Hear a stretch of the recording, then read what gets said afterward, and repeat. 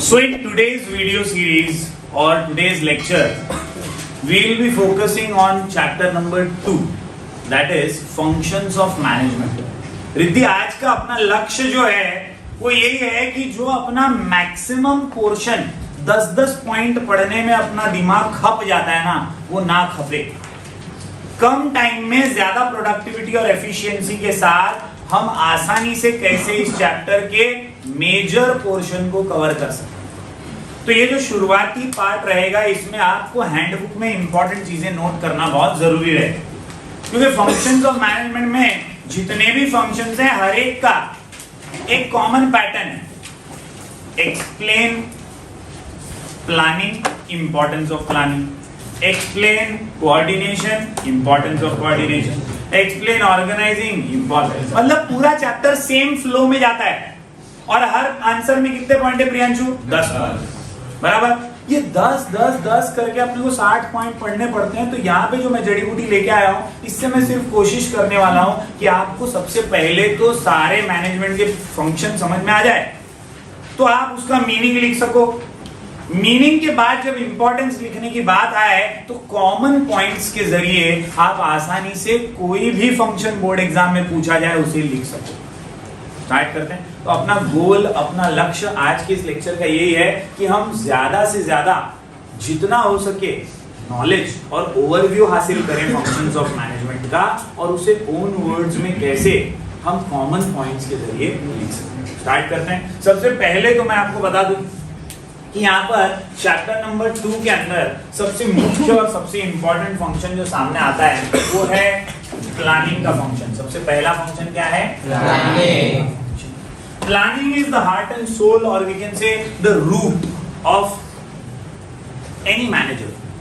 हर manager को planning से ही शुरुआत करनी है। ये पहला कदम है, ये फर्स्ट स्टेप है, और प्लानिंग करके ही समीर वो आगे बढ़ सकता है। उसके सामने ट्रांसपेरेंसी आएगी, उसके सामने एक कच्चा चिट्ठा आ जाएगा कि इस तरह से कदम कदम बढ़ाकर वो आगे बढ़ेगा और ऑर्गेनाइजेशन को सफलता दिलाएगा।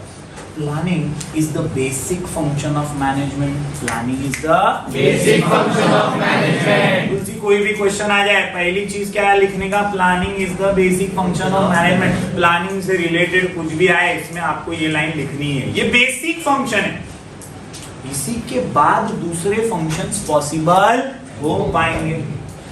अगर आपने प्लानिंग ही नहीं किया तो कोई दूसरा फंक्शन पूरा ही नहीं कर सकते। मतलब आपको ऑर्गेनाइजिंग तक पहुंचना है, स्टाफिंग तक पहुंचना है, कोऑर्डिनेटिंग तक पहुंचना है, कंट्रोलिंग तक पहुंचना है, डायरेक्टिंग तक, ये सारा फंक्शन प्लानिंग से ही तो शुरू होगा।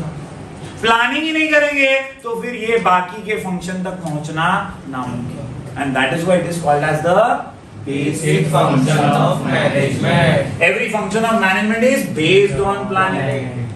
दो लाइनें याद हो रही हैं, दो बातें याद हो रही हैं प्लानिंग के बारे में। Basic function of management, all functions are based on planning. दो बातें आपको याद हो रही है। पहला क्या बोल रहा है? Basic function of management. दूसरा क्या बोल रहा है? All functions are based on planning. Okay. It includes deciding things to be done in advance. म्हणजे वागाचे पंजे। वो क्या बोल रहा है कि प्लानिंग में होता क्या है रिद्धि? उसके अंदर होता है डिसाइडिंग इन एडवांस। क्या होता है? Deciding in advance. क्या होता है? Deciding in advance. पहले से ठान लो, पहले से सोच लो, पहले से तय करो कि आपको आगे जाकर के क्या करना है। जब आप पहले से सोच लेते हो, पहले से तय कर लेते हो, तो आप तैयारी में रहते हो, आप एकदम अलर्ट रहते हो।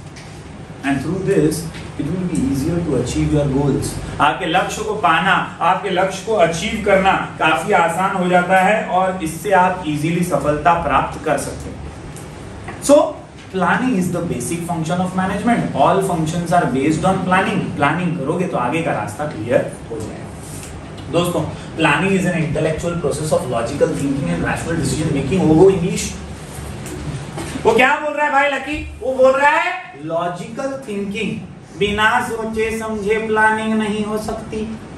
लॉजिकल थिंकिंग लगेगा। क्या लगेगा? Logical thinking and rational decision making. Planning के आधार पर ही आप निर्णय ले सकोगे, आप फैसले ले सकोगे। ऑर्गेनाइजेशन में फैसले लेना बहुत इंपॉर्टेंट होता है, डिसीजन मेकिंग करना बहुत इंपॉर्टेंट होता है। प्लानिंग से ये काम आसान होता है। आप प्लानिंग करोगे तो लॉजिकली सोचोगे, आप 4 लोगों से डिस्कस करोगे और वो डिस्कशन करते हुए आप रैशनल डिसीजन मेकिंग कर पाओगे। उम्मीद करता हूँ आपको इतना समझ में आया होगा। Designing a proper planning and implementing accordingly is the key of achieving objectives of an organisation. In short ये लिख लेना, planning is a detailed programme of future courses of action. Detailed programme for future course of action, future course of action, future course of action, future course of action, future course of action। Planning के बारे में क्या क्या याद रख सकते हैं भाई? अपन याद रख सकते हैं it is the basic function of planning. अपन याद रख सकते हैं all functions are based on planning. अपन याद रख सकते हैं कि भाई logical thinking and rational decision making is possible due to planning. अपन याद रख सकते हैं in short planning is a detailed programme of future course of action. इतना इंट्रो तो बनता है। Everyone will be able to write this। सब लोग अपने हैंडबुक में इसको नोट डाउन कर लो, अंडरलाइन कर लो, ताकि प्लानिंग से रिलेटेड कभी भी कोई क्वेश्चन आए तो इतना तो लिखने का ही स्टार्टिंग में शुरुआत इसी से करनी है। अब आते हैं डेफिनेशन। बुक के अंदर 2 डेफिनेशन दिए। Definition by Harold Koontz and O'Donnell और डेफिनेशन बाय जेम्स स्टोनर। कोई भी एक डेफिनेशन आप याद कर लो चलेगा, मैं दोनों पढ़ाता हूं, मेरा फर्ज है। Planning is deciding in advance what to do, how to do it, when to do it and who is to do it. What to do, how to do, when to do, who is to do it. What to do, how to do, when to do and who is to do it. What to do, how to do, when to do and who is to do it. Harold Coons ने तो खेलते खेलते बता दिया। मतलब देखिए, planning is in deciding in advance क्या करना है, कैसे करना है, कब करना है, कौन करेगा कौन है। अनु कहाँ गए तुम? दिखाई नहीं पड़ रहे। आज वो अलग बैठा है, बोले यार ये लोग बहुत परेशान करते लेक्चर में। तो प्लानिंग करके बैठा है। Planning is deciding in advance what to do, how to do, when to do and who is to do it. याद रहेगा? Yes sir. तो प्लानिंग के बारे में हेरोल्ड कून्स और ओ'डonnell कहते हैं, planning bridges the gap from where we are and where we want to go. बहुत सिंपल बात बोल रहा है, बहुत सिंपल बात बोल रहा है। क्या बोल रहा है वैष्णवी? अभी हम जहां हैं और हम जहां पहुंचना चाहते हैं उसके बीच का जो गैप है ना, वो गैप कम करने का काम प्लानिंग करना है। हमें वो रास्ता दिखाने का काम प्लानिंग करना है। ये पहला डेफिनेशन तो एकदम आसान है। मैं उम्मीद करता हूँ आप सबको ये समझ में आ गया होगा। ये लिखना भी इजी है। नाम बाहर कर लो, Harold Koontz and O'Donnell. Koontz and O'Donnell, Koontz and ओ'डonnell।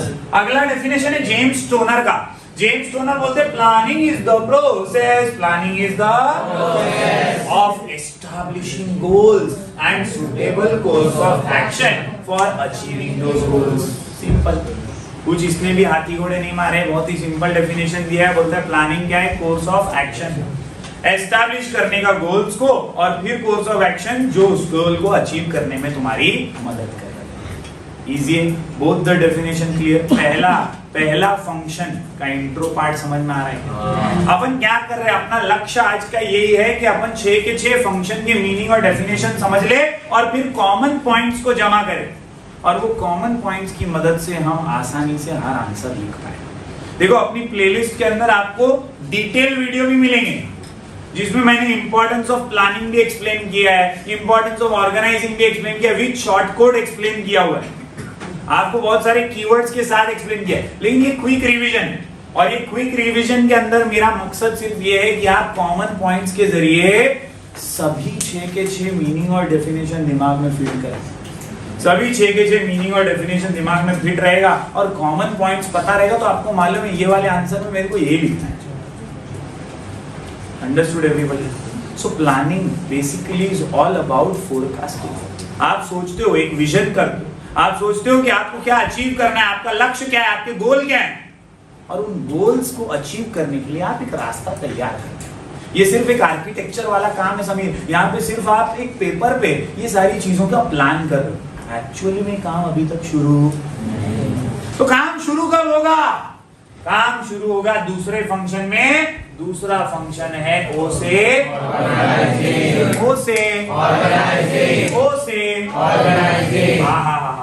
Organising का फंक्शन बड़ा ही जबरदस्त सा फंक्शन है।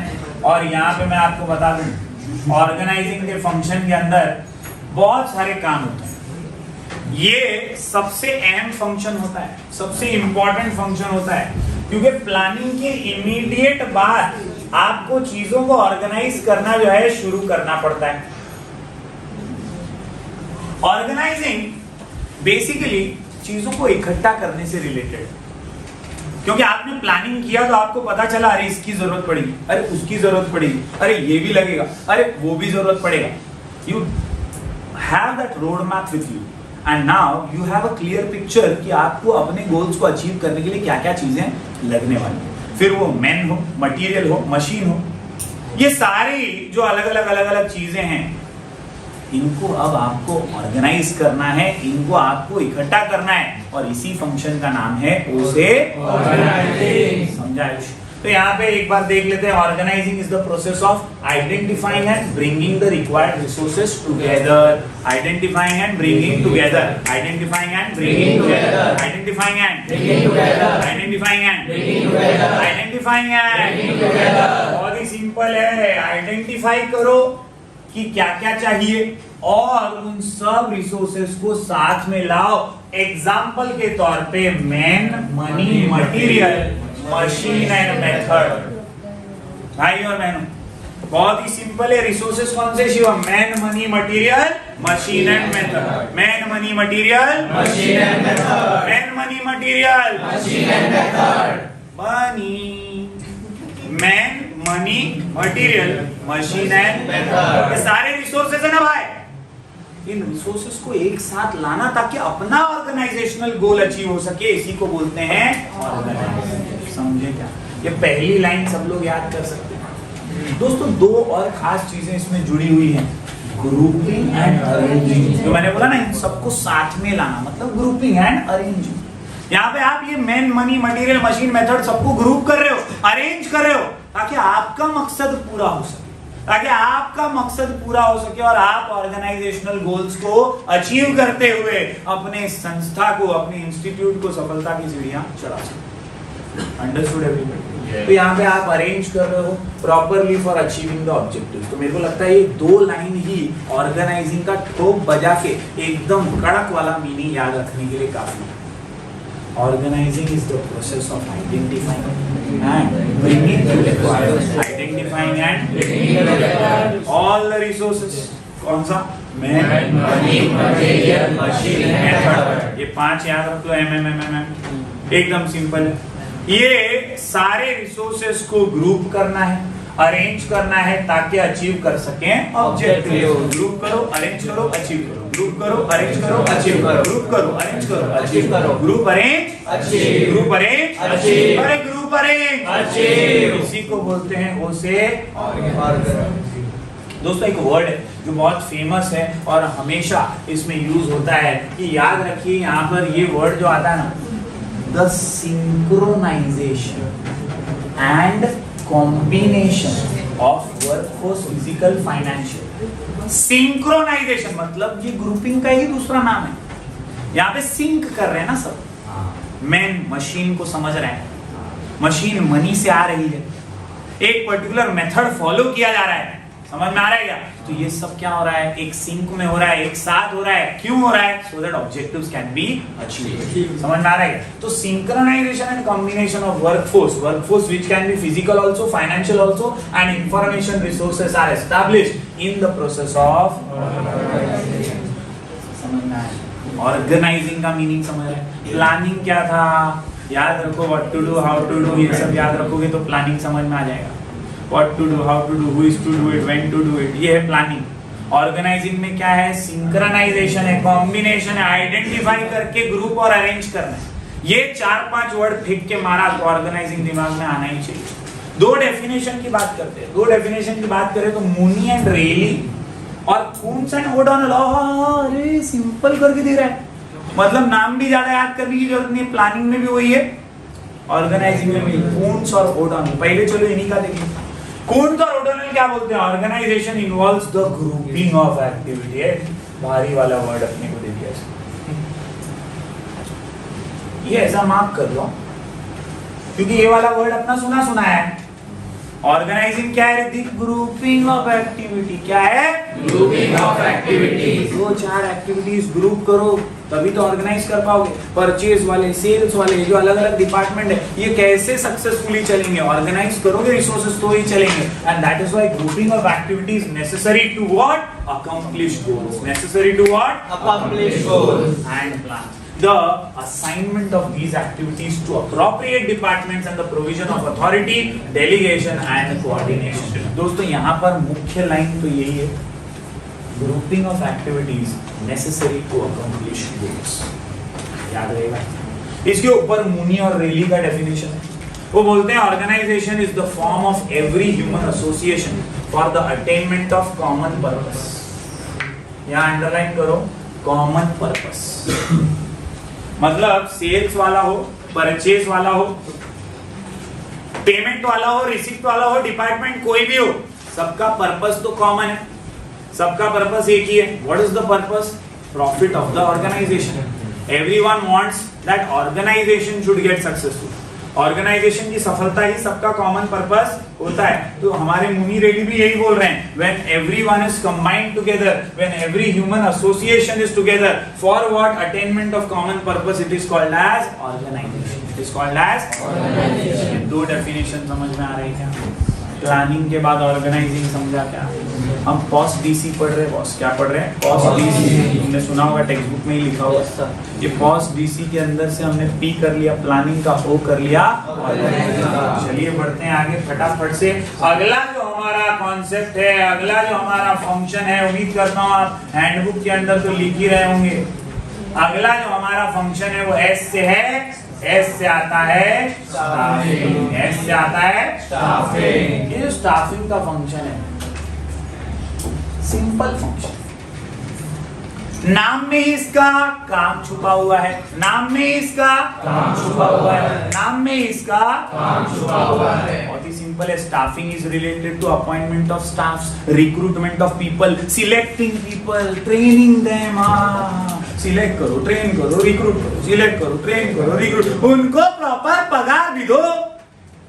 यही होता है स्टाफिंग के अंदर। मतलब आप अच्छे लोगों को चुनो। यहाँ पर घिसी पिटी एक बात बार बार आपको याद रखनी है, right person right job, right person right job, right person right job. Staffing is all about electing और सिलेक्टिंग और we can say recruiting the right person for the right job. जेनु काम तेने साजे बीजा करे तो याद रखो, जेनु काम एने साजे बीजा करे तो घंटा बाजे। याद रखिए, जो जिस काम में परफेक्ट है वो काम उसी को करना चाहिए और वही स्टाफिंग सिखाता है। स्टाफिंग का फंक्शन मैनेजर्स को अप्रोप्रिएट विजन देता है कि यार फाइनेंशियल रिकॉर्ड्स मेंटेन करने हैं तो एक ऐसा व्यक्ति चाहिए जो फाइनेंस में टॉप पे है, जो फाइनेंस का नॉलेज रखता है, जिसके पास फाइनेंस की स्किल्स है।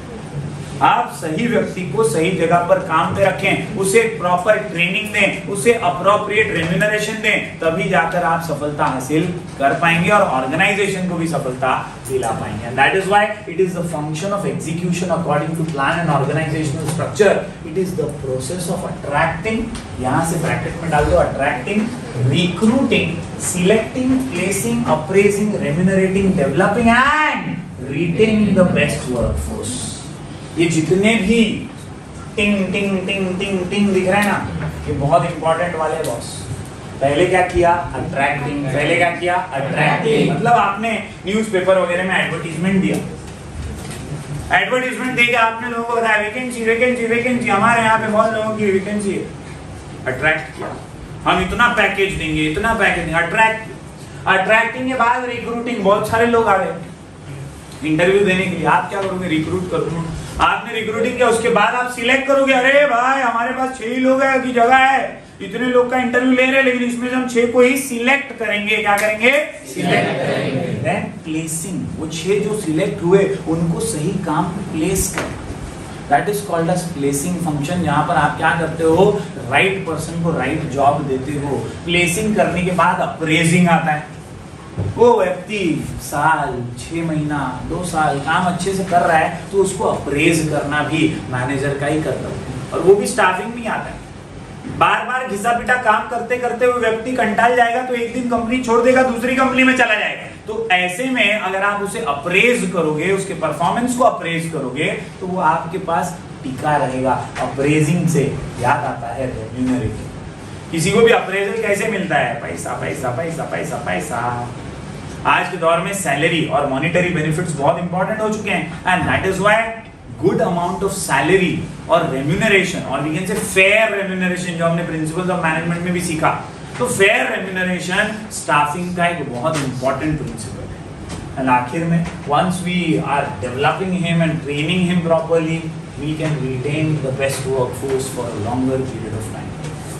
अगर आप आपके एम्प्लॉय को अपना समझ के उसे ट्रेनिंग भी देंगे, उसका करियर डेवलपमेंट का भी सोचेंगे, उसे टाइम टू टाइम प्रमोशंस देंगे, उसे सैलरी बेनिफिट्स इंसेंटिव्स भी देंगे, तो वो ज्यादा समय के लिए आप उसे रिटेन कर पाएंगे अपने कंपनी में। वो बेस्ट वर्कफोर्स हमेशा बना रहेगा। कई ऐसे आपने लोगों को देखा होगा जो एक ही कंपनी में 10-10 साल से हैं, 15-15, 20-20 साल से हैं, वो वहां पर रिटेन्ड हैं क्योंकि कंपनी को अपना समझते हैं और कंपनी भी उन्हें अपना समझती है। वहां पर स्टाफिंग का फंक्शन बहुत अच्छे से निभाया गया है। अंडरस्टूड? तो स्टाफिंग के मीनिंग में आपको ये लाइन दिमाग में फिट कर देनी है। It is the process of attracting, recruiting, selecting, placing, appraising, remunerating, developing and retaining the best workforce. ऐसे अच्छे व्यक्तियों को चुनो जो आपकी कंपनी को बहुत अच्छे से आगे लेकर जाए। Understood everyone? 2 डेफिनेशन है। पहला डेफिनेशन आपको दिख रहा है थियो हेमन का।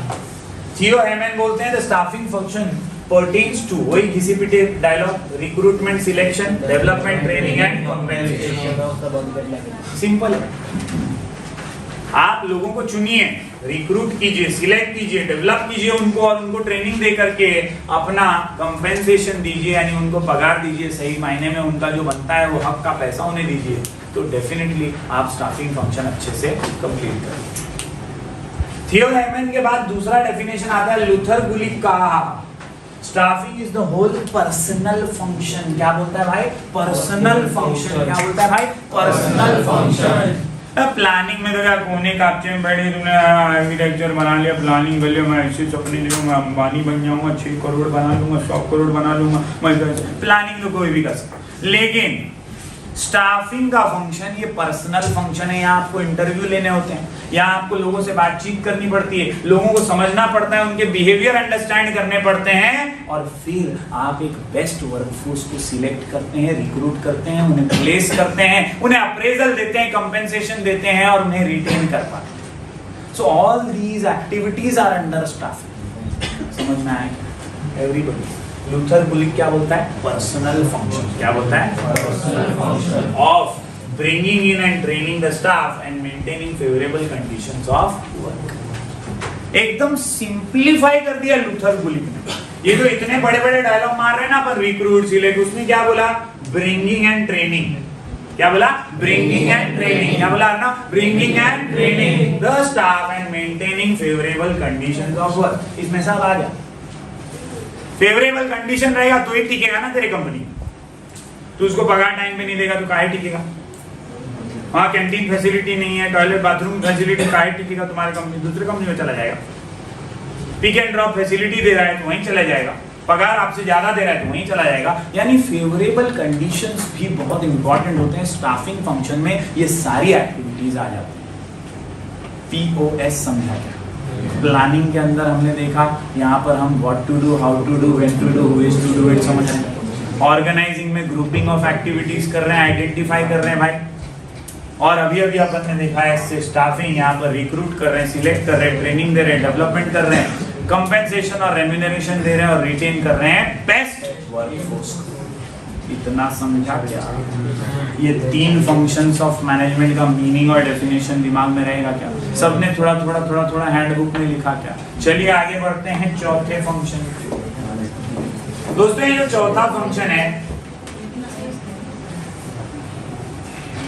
ये चौथा फंक्शन है डायरेक्टिंग का।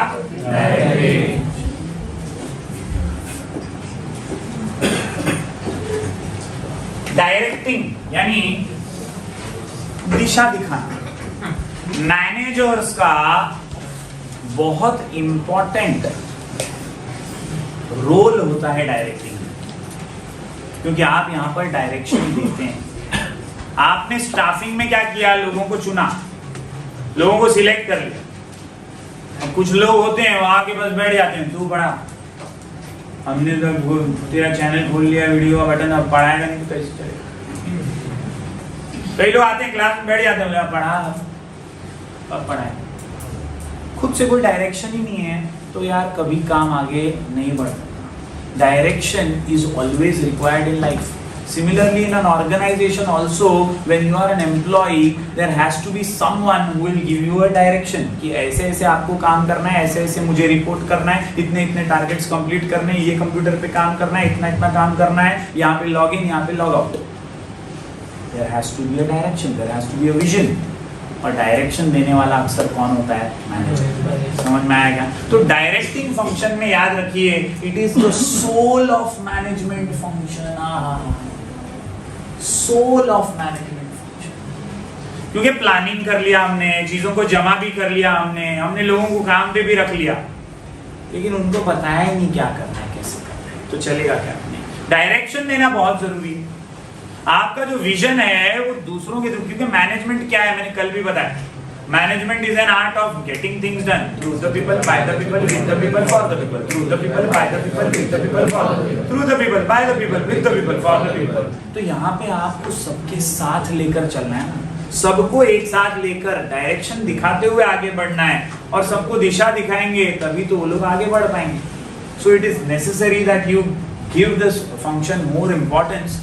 It is the soul of management. It is the process of, underline कर लो, मार्क कर लो, लिख लो, instructing, guiding, communicating, inspiring। Instruction देना, गाइडलाइन बताना, कम्युनिकेट करना रेगुलरली, टाइम टू टाइम, उन्हें इंस्पायर करना, मोटिवेट करना और सुपरवाइज करना कि जो दिशा बताया है, जो डायरेक्शन दिया है, उसके हिसाब से वो चल भी रहे हैं या ये वर्ड्स हर एक में है। ऐसे कुछ वर्ड जैसे स्टाफिंग में अपन ने देखा रिक्रूटमेंट, सिलेक्शन, ट्रेनिंग, ऐसे वर्ड्स थे। वैसे यहाँ पे कौन से वर्ड्स हैं? यहाँ पे इंस्ट्रक्शन देना, गाइडिंग करना, कम्युनिकेटिंग। तो डायरेक्शन तभी दे पाएगा जब बात करेगा ना, कम्युनिकेट ही नहीं करेगा तो डायरेक्शन दे पाएगा क्या? मैं तुम लोग से बात करूंगा तो ही मैं तुमको बता पाऊंगा कैसे पढ़ाई करनी है। तो communication is the essence of directing. इसके अलावा इंस्ट्रक्शंस देना कि देखो बोर्ड एग्जाम में ऐसा ऐसा फॉलो करो, फर्स्ट पेज पे ऐसा ऐसा बारकोड चिपकाने का, होलोग्राफ ऐसे ऐसे लगाने का, दैट इज गिविंग इंस्ट्रक्शंस। समझ में आ रहा है क्या? तो instruction is also an important part of directing. Then there is guiding. Guiding जैसे टीचर्स गाइड करते हैं अपने स्टूडेंट्स को, इस तरह से पढ़ोगे तो आगे बढ़ोगे। Then inspiring them, motivating them and ultimately supervising, जो बताया है वैसा चल भी रहा है या नहीं। एम्प्लॉय को मैंने बोला था कल इतने बजे लॉगिन हो जाना चाहिए, उसने किया क्या?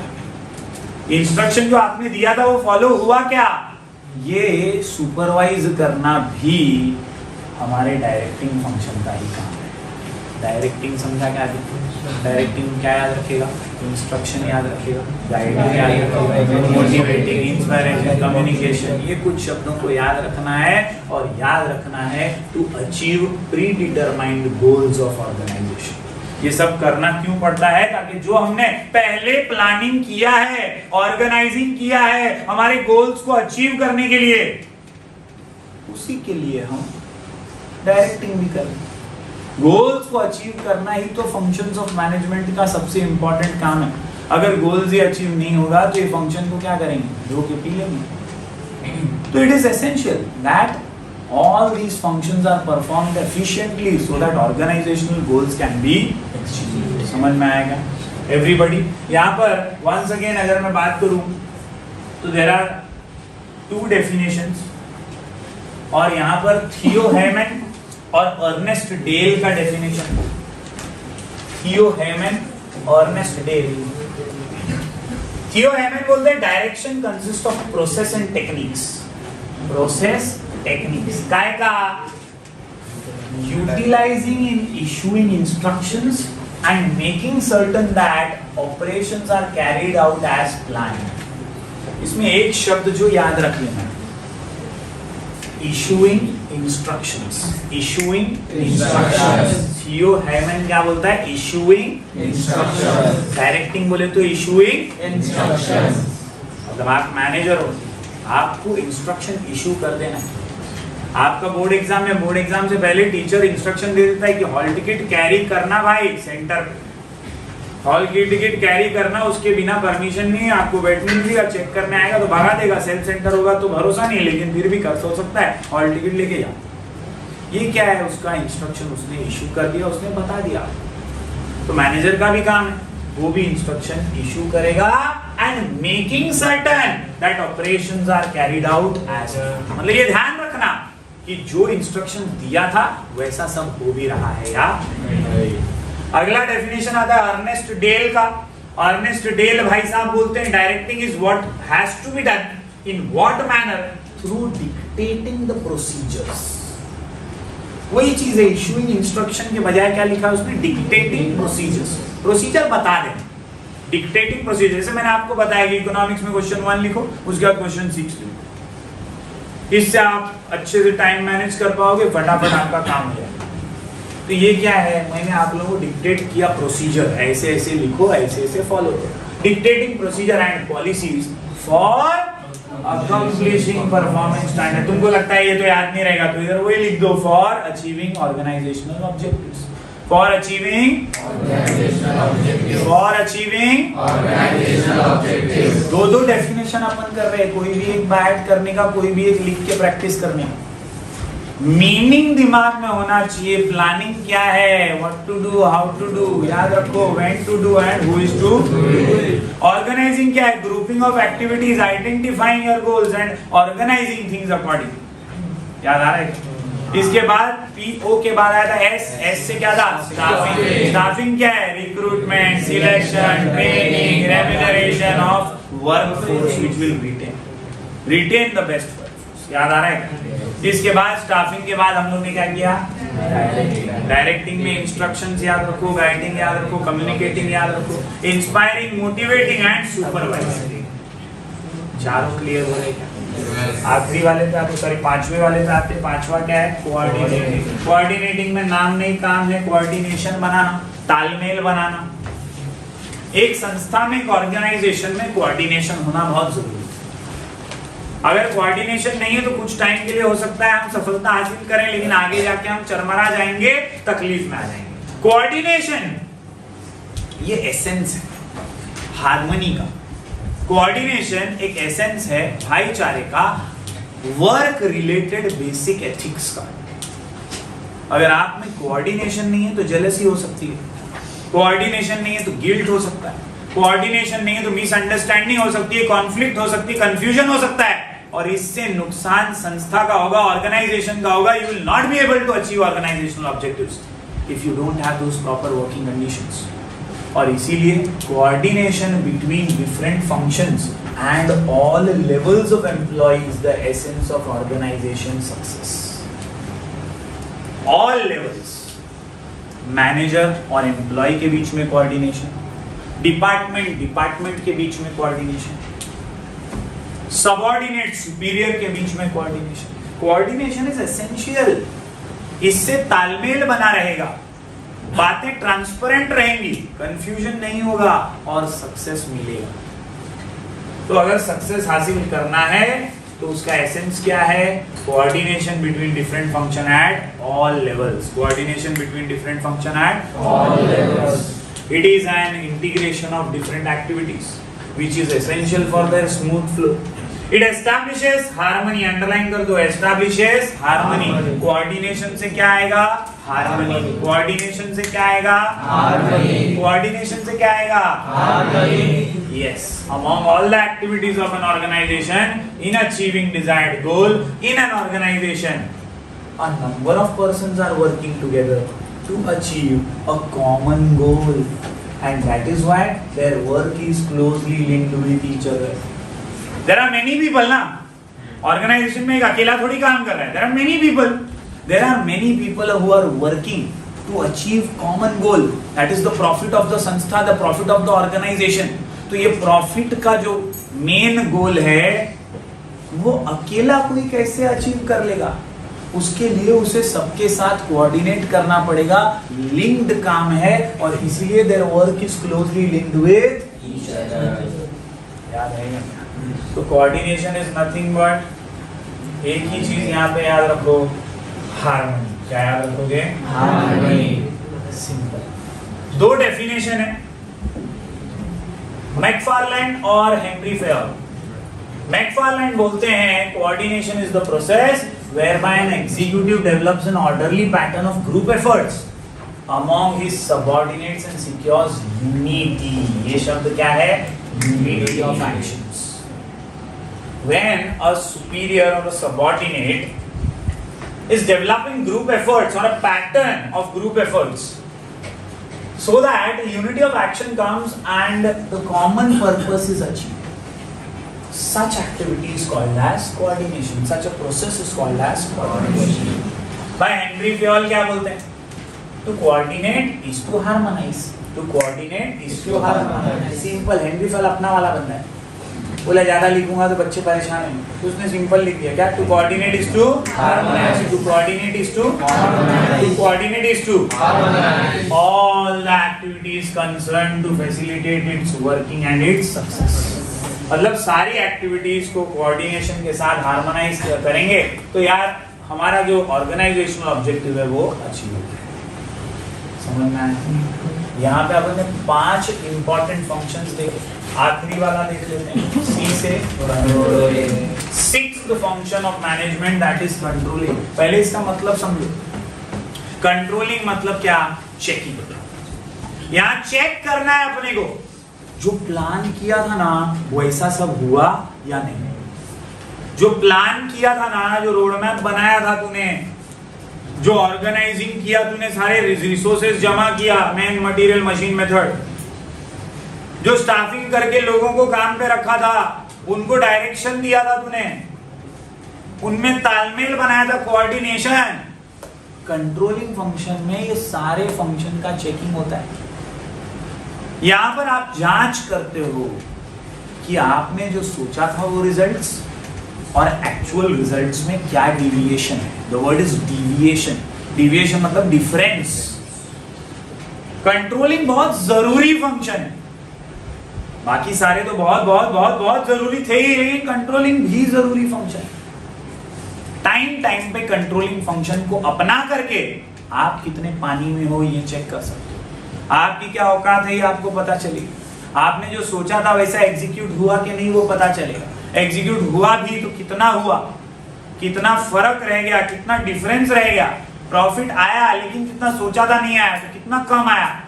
ये सारी डिविएशंस को, ये सारे डिफरेंसेस को पता लगाने का नाम है कंट्रोलिंग फंक्शन। कॉन्सेप्ट क्लियर हो रहा है? कंट्रोलिंग के बारे में क्या बोलते हैं? It is required in all types of organization, whether profit making or non profit making. Similarly, it is performed at all levels. Performed at all levels. Performed at all levels. अरे performed at all levels. all level बोला तो top middle lower याद रखने का। हर level के management में ये आता ही है। कंट्रोलिंग इज इंडिस्पेंसिबल फंक्शन, मतलब इसको कोई अलग नहीं कर सकता। The effectiveness of planning function can be determined with the function of controlling. ये लाइन बहुत इंपॉर्टेंट है, लिख लो इसको।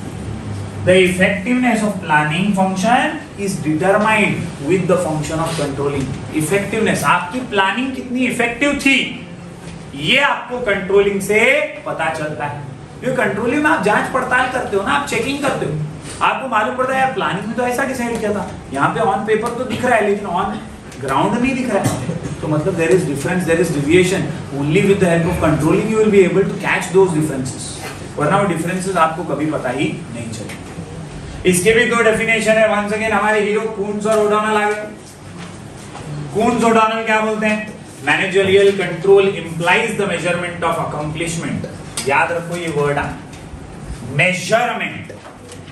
मेजरमेंट, आपने जो अकम्प्लिश किया उसका मेजरमेंट।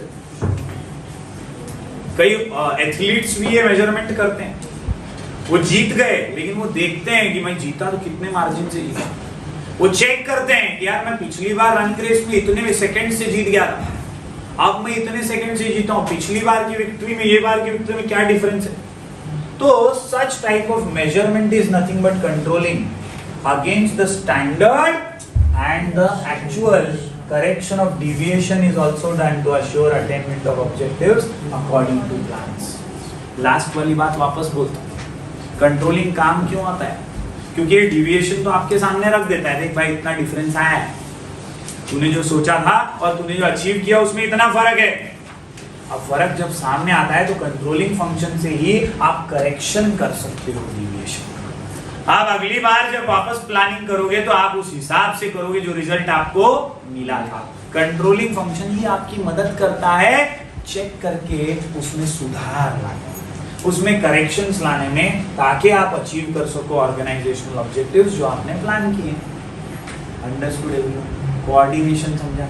यहाँ पर दूसरा डेफिनेशन है डेल हेनिंग का।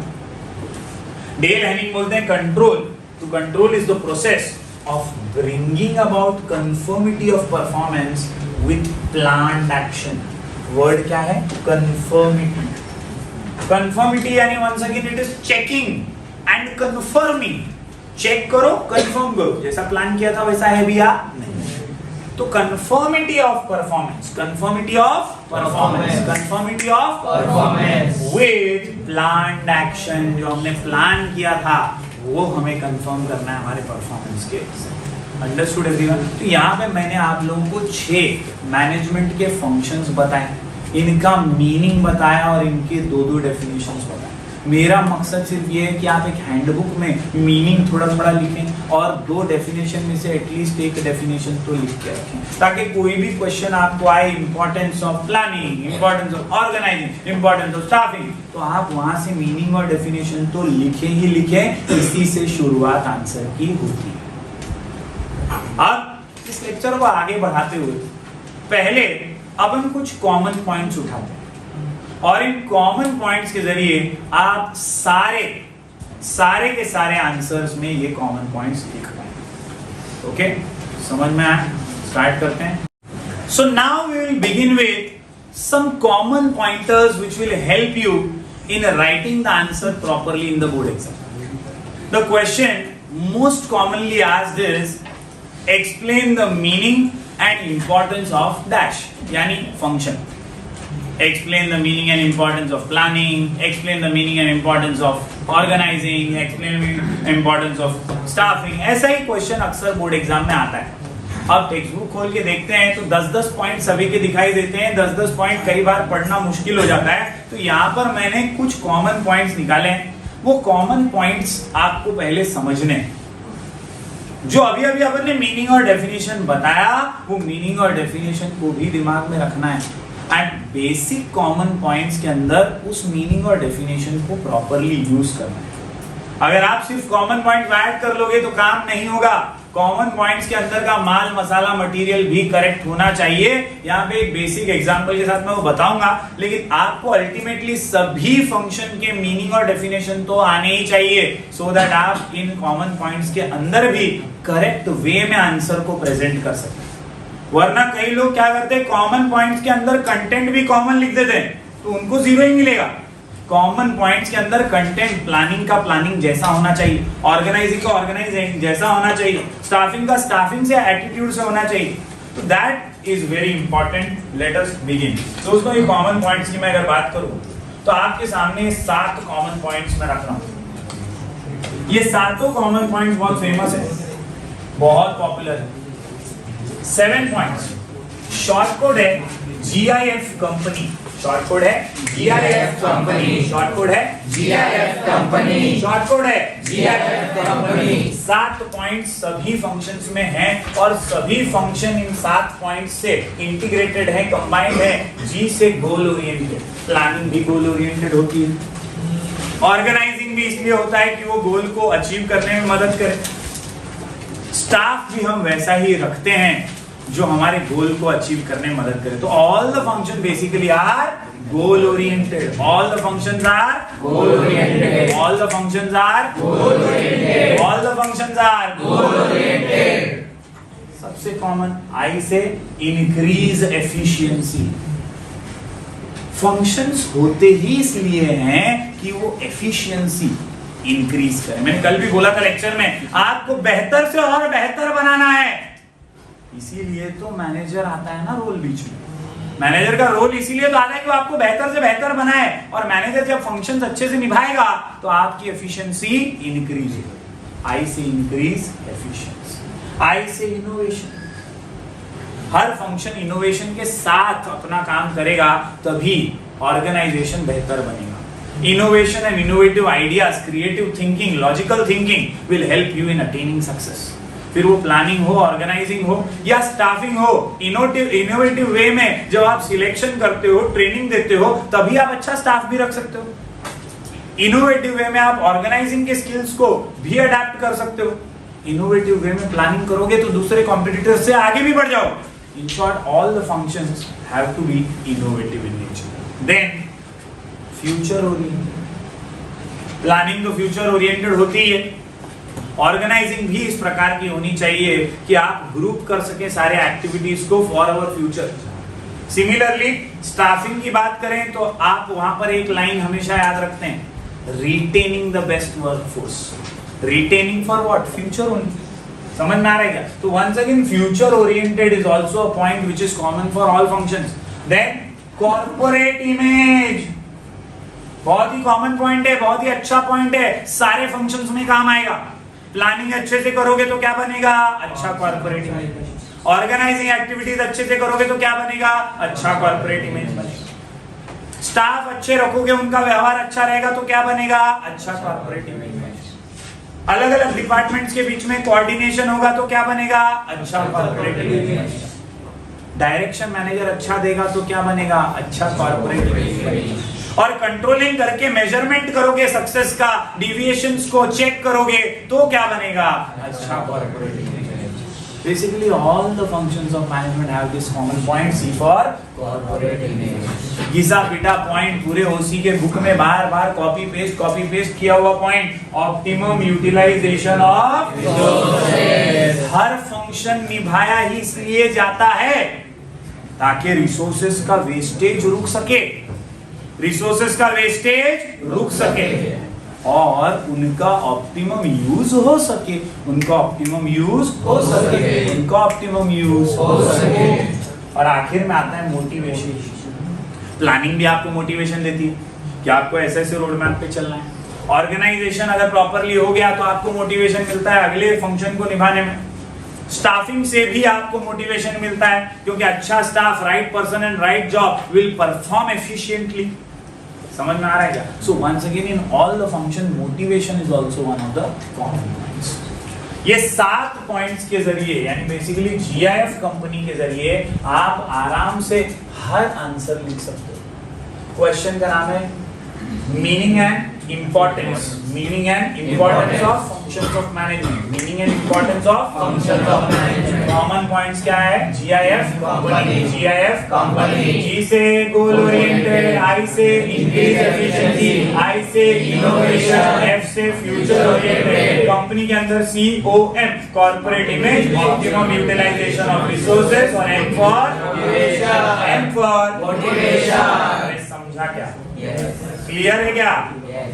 दोस्तों अब यहां पर मैंने ये 7 पॉइंट है ना, ये 7 पॉइंट मैंने प्लानिंग फंक्शन के हिसाब से यहां पर लिख करके प्रेजेंट किए कि प्लानिंग अगर क्वेश्चन आया एग्जाम में तो कैसा यही 7 पॉइंट को लिख सकते हैं। ऐसा ही आपको प्रैक्टिस करना है कि अगर ऑर्गेनाइजिंग आया तो मैं क्या लिखूं, आपको प्रैक्टिस करना है कि स्टाफिंग आया तो कैसा लिखूं, आपको प्रैक्टिस करना है कि यार अगर डायरेक्टिंग आया तो मैं यही 7 पॉइंट को कैसे प्रेजेंट करूंगा। अंडरस्टूड? ये एग्जांपल प्लानिंग से रिलेटेड है। For achieving goals, planning helps the management to select the best alternative by considering all positive and negative outcomes of the alternatives. Planning से आपको पता चलता है, आप डिसीजन लेने में माहिर हो जाते हैं। दोस्तों, decisions are taken after selecting alternative course of action to achieve predefined goals. मतलब आपने अगर गोल ओरिएंटेड लिखा तो प्लानिंग से रिलेटेड क्या लिखोगे? For achieving goals, planning helps management. For achieving goals, planning helps. आपने गोल ओरिएंटेड लिखा तो आप लिखोगे for achieving goals, organizing helps management. समझ में आया? हर फंक्शन में ये फिलिंग द ब्लैंक है बस, लेकिन हर बार यही रहेगा ऐसा जरूरी नहीं है। अभी आगे तुम ऑर्गेनाइजिंग में टू सिलेक्ट लिख दोगे तो रॉन्ग ही मिलेगा ना। ऑर्गेनाइजिंग में सिलेक्ट आता है क्या? नहीं, ऑर्गेनाइजिंग में आता है ग्रुपिंग ऑफ एक्टिविटीज। तो उसका मीनिंग, उसका डेफिनेशन याद होगा तो आप बेहतर आंसर लिख पाओगे। माल मसाला मटेरियल लिखने के लिए थोड़ा दिमाग भी लगता है, खाली फेकोलॉजी थोकोलॉजी से कुछ नहीं होता। समझ में आया क्या? पहला पॉइंट कैसे लिखने का समझा? जी फॉर गोल ओरिएंटेड, क्लियर। इसके बाद आता है increase efficiency in planning. In planning, it is a relation between cost and return. Maximum result, minimum cost. Proper planning brings efficiency in the organization. अब ये मैंने प्लानिंग का लिखा, आपको सोचना है कि यार इंक्रीज एफिशिएंसी मैं ऑर्गेनाइजिंग का कैसे लिखूंगा। आप कैसे लिखोगे ऑर्गेनाइजिंग के बारे में? तो यहाँ पे आपको ग्रुपिंग ऑफ एक्टिविटी लिखना है, यहाँ पे आपको वंस अगेन सिंक्रोनाइजेशन लिखना है, कॉम्बिनेशन लिखना है, कैसे आप अलग अलग एक्टिविटीज को एक साथ ला रहे हैं वो लिखना है, अलग अलग resources, man, material, machine, method को ला रहे हैं वो लिखना है। समझ में आया? फिलिंग द ब्लैंक्स दिया है, वहां पे वो इनपुट हो सकता है, लेकिन उसके आगे खुद का दिमाग इनपुट करना पड़ेगा। Understood? Then I see innovation. Planning function clears the role and activities to be performed. Organization function clears the roles and activity to be performed. लेकिन employees can work by using their new ideas. यही innovation है. Then this provides enough space to the manager to develop talent and flourish the knowledge. This scope for innovation into adopting new changes in methods of work is possible only through a set of organizational structure. यानी अगर आपको innovation को जगह देनी है तो एक set of organizational structure जरूरी है और वो planning से ही आता है. Then comes future oriented. Planning helps manager to improve future performance. यहाँ organizing भी लिख सकते हो, यहाँ staffing भी लिख सकते हो, यहाँ directing भी लिख सकते हो. जहां फिलअप दिया है वहां पे तुमको हेल्प मिलेगी, लेकिन कहीं ना कहीं दिमाग चलाना पड़ेगा मीनिंग और डेफिनेशन के हिसाब से. If employees by establishing objectives and selecting a course of action, it is beneficial for the organization. ये तो कॉमन ही है ना यार, हर फंक्शन बेनिफिशियल ही है. फिर वो ऑर्गेनाइजिंग हो, स्टाफिंग हो, ये लाइंस कुछ कुछ ऐसी है ना जो हर जगह काम आएगी बॉस, हर जगह आकाश ये काम आएगा ना. It is beneficial for the organising, planning भी बेनिफिशियल है, ऑर्गेनाइजिंग भी, स्टाफिंग भी, ये सब तो फंक्शन बेनिफिशियल ही तो है. तो आप वर्नाकुलर मीडियम के भी हो तो भी डरने का नाही, घेऊन सु लखीस मला तर जमत नाही, कसं लिहिणार, काय घाबरायची गरज नाही. जे सेम सेम लाइन्स आहे ते तुम्हाला ऍड करावंच लागणार. जो कॉमन लाइन्स है वो तो याद रखना ही पड़ेगा. It is beneficial for the organisation. Then planning leads to efficient working of the employees. Simple. Organizing leads to efficient working of employees. Staffing leads to efficient work of employees. Why? Because right person is at the right job. समझ में आया क्या? आपको answer frame करने आना चाहिए according to the common points. सिर्फ कोल्लू के बेल के तरह आए कॉमन पॉइंट दिया हमारे सर ने, हमारे सर ने कॉमन पॉइंट दिया, हम तो ये लिखेंगे तो लोग हंसेंगे भी. आपको उसको यूज कैसे करना है वो आना चाहिए. Understood? Then corporate image. Proper planning enables manager or employees to perform well, which in turn brings better result in enhancing a corporate image. Planning से आप एक अच्छा गुडविल क्रिएट कर सकते हैं, एक अच्छा रेपुटेशन क्रिएट कर सकते हैं, एक अच्छा मार्केट में कॉर्पोरेट इमेज बिल्ड कर पाते हैं. A better corporate image creates confidence in the mind of consumers, suppliers और dealers. ये लास्ट लाइन तो कॉमन ही है, ये सारे फंक्शन में काम आएगी. क्या? A better corporate image creates confidence, क्योंकि वो तो कॉर्पोरेट इमेज के बारे में ना ये लास्ट लाइन, ये किसी फंक्शन का थोड़ी है. तो कॉर्पोरेट इमेज क्या फायदा देता है? Corporate image creates confidence in the mind of consumer, suppliers और समझे. Then optimum utilisation of resources. ये तो कॉमन हो चाहे ना हो, तुमने इतनी बार पढ़ा होगा, तुमको थोड़ा बहुत तो आता ही है. हर चैप्टर में ये पॉइंट दिखता ही है, ज्यादातर बार तुमने ये पढ़ा ही होगा. Proper planning leads to optimum use of resources. It helps manager to make best use of available resources such as physical हो, फाइनेंशियल हो, ह्यूमन रिसोर्स. सबका यूज प्रॉपर होना चाहिए, कोई भी रिसोर्स वेस्ट नहीं होना चाहिए. कोई मशीन 100 किलो अगर गुड्स प्रोड्यूस कर सकती है, उसमें से तुम 90 kg कर रहे हो तो तुम वेस्ट कर रहे हो. उसका पोटेंशियल पूरा यूज नहीं कर रहे, उसका पोटेंशियल पूरा इस्तेमाल होना चाहिए, उसी को कहते हैं better optimisation of resources. Proper planning helps in reduction of wastage. आप यहाँ पे ऑर्गेनाइजिंग भी लिख सकते हो, आप यहाँ पे स्टाफिंग भी लिख सकते हो। प्रॉपर डैश यानी function of management will helps in reduction of wastage and increase in Profit. Increase in Profit. Increase in Profit. आखिरी पॉइंट मोटिवेशन की बात करें तो planning plays significant role in the growth and survival of the organisation. Organisation का growth, उसका survival, उसका development, ये एक फंक्शन पे ही तो टिका हुआ होता है। फिर वो ऑर्गेनाइजेशन फंक्शन हो, स्टाफिंग फंक्शन हो, डायरेक्टिंग हो या कोई भी हो। याद रखो, एफिशिएंट या effective leadership, communication, supervision and motivation develops cooperation and commitment among the employees. It provides stability and creates balance among various departments and groups. यानी आप जब एक इफेक्टिवली लीडरशिप की क्वालिटीज को हासिल करते हैं और सबऑर्डिनेट्स को सपोर्टिव साबित होते हैं तो आप डेफिनेटली बहुत अच्छे से कमिटमेंट के साथ एम्प्लॉइज को लीड कर पाएंगे। दोस्तों, it provide stability and creates balance among various departments. समझ में आया क्या? Yes. ये 7 पॉइंट्स का प्लानिंग के हिसाब से मैंने एग्जांपल दिया।